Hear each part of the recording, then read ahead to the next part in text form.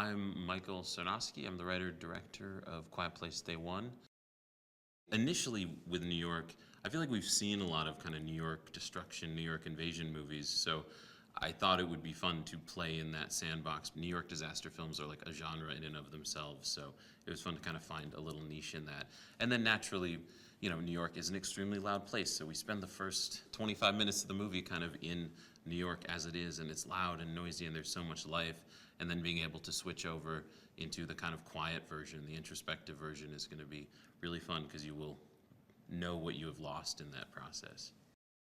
The main thing was just being very focused on her point of view, and so the scares came naturally through that. I tried hard not to like force anything into that. It was just, okay, she's figuring out this world and she's exploring it, and as she figures it out, here are the things that would jump out at her and be upsetting or startling or terrorizing.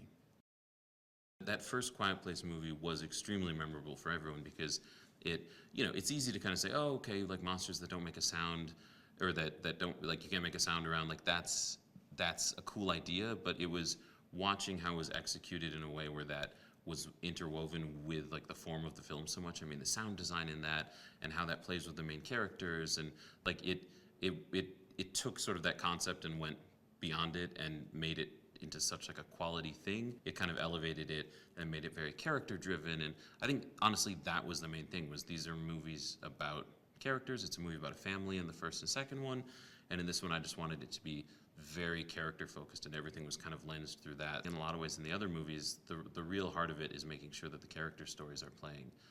So I kind of wanted to make sure I was honoring that.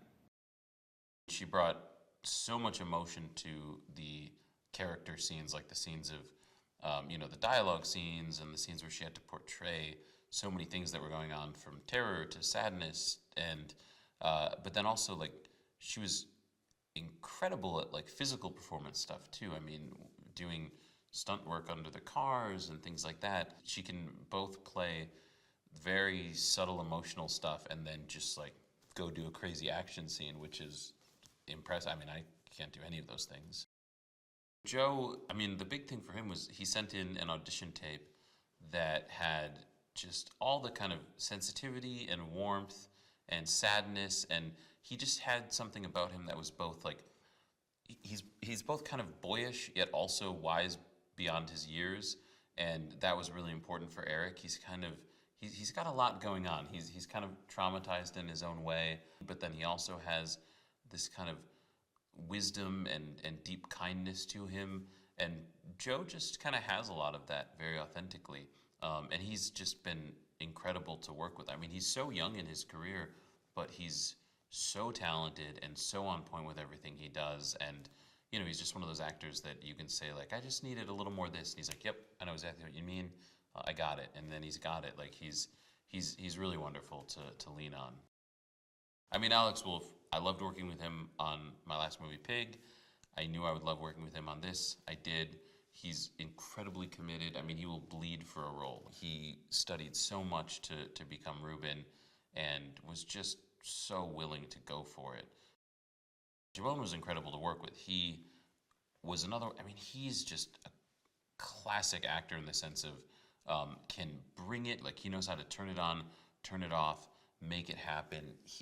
I don't know, he was a joy to work with. I was so lucky to get to work with him.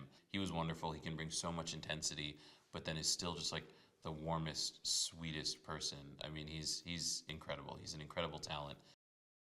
I think New York is a central character in this movie. I think everyone in the movie has their own specific relationship to the city.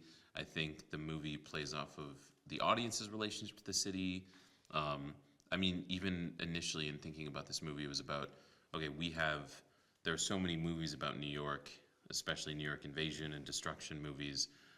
That's become kind of an iconic cultural thing. There is very much this sense of everyone has their own vision of what New York is.